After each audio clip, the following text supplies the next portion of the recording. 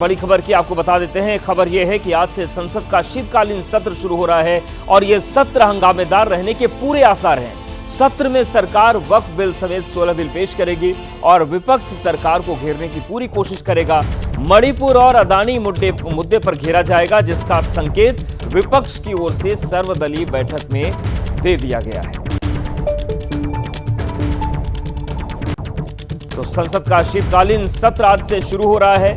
कुल 19 बैठकें होंगी इसमें, लेकिन सबसे महत्वपूर्ण बात यह है कि यह सत्र भी हंगामेदार रहेगा। इस बात के पूरे आसार हैं। जिस तरीके से तेवर विपक्ष के नजर आ रहे हैं, इस सत्र में सरकार वक्फ बिल समेत 16 बिल पेश करेगी और विपक्ष सरकार को घेरने की पूरी कोशिश करेगा।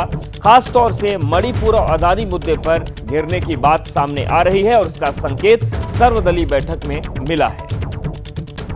नरेंद्र मोदी जिंदाबाद, नरेंद्र मोदी जिंदाबाद, नरेंद्र मोदी जिंदाबाद। संविधान में वक्फ कानून का कोई स्थान ही नहीं है, लेकिन फिर भी कांग्रेस ने तुष्टीकरण के लिए वक्फ बोर्ड जैसी व्यवस्था पैदा कर दी। महाराष्ट्र की प्रचंड जीत पर बोलते हुए पीएम मोदी ने संसद सत्र का ट्रेलर भी दिखा दिया। शीत सत्र के दौरान सरकार वक्फ संशोधन बिल को पारित कराने की कोशिश करेगी। शीतकालीन सत्र का पहला सप्ताह का आखिरी दिन से पहले रिपोर्ट को टेबल करना है। अगर किसी कारण से कुछ दिन डिले होता है तो फिर सदन में परमिशन लेकर के उसका टाइम बढ़ाया जा सकता है। हालांकि विपक्ष को नहीं लगता कि इस सत्र में वक्फ संशोधन बिल पेश होगा। जेपीसी की रिपोर्ट नहीं आई, बिल कैसे ले आए? कुरान का फैसला है, अल्लाह के नबी हजरत मोहम्मद का फैसला है कि नमाज का जिक्र दस्तूर के अंदर नहीं है, हज का नाम दस्तूर के अंदर नहीं है, ज़कात का नाम दस्तूर के अंदर नहीं है, रमजान के रोजों का नाम दस्तूर के अंदर नहीं, इसलिए हर चीज को मिटा दिया जाए। ये क्या चीज है?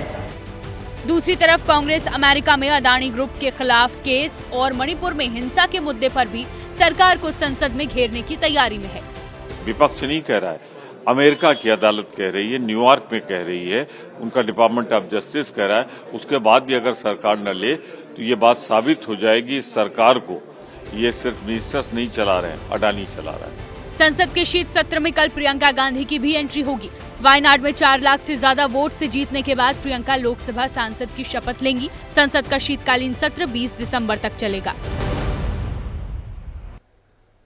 तो ये सत्र शीतकालीन जरूर है, लेकिन ये गर्म रहेगा, इस बात के पूरे संकेत हैं और उसके बयान भी सामने आ रहे हैं।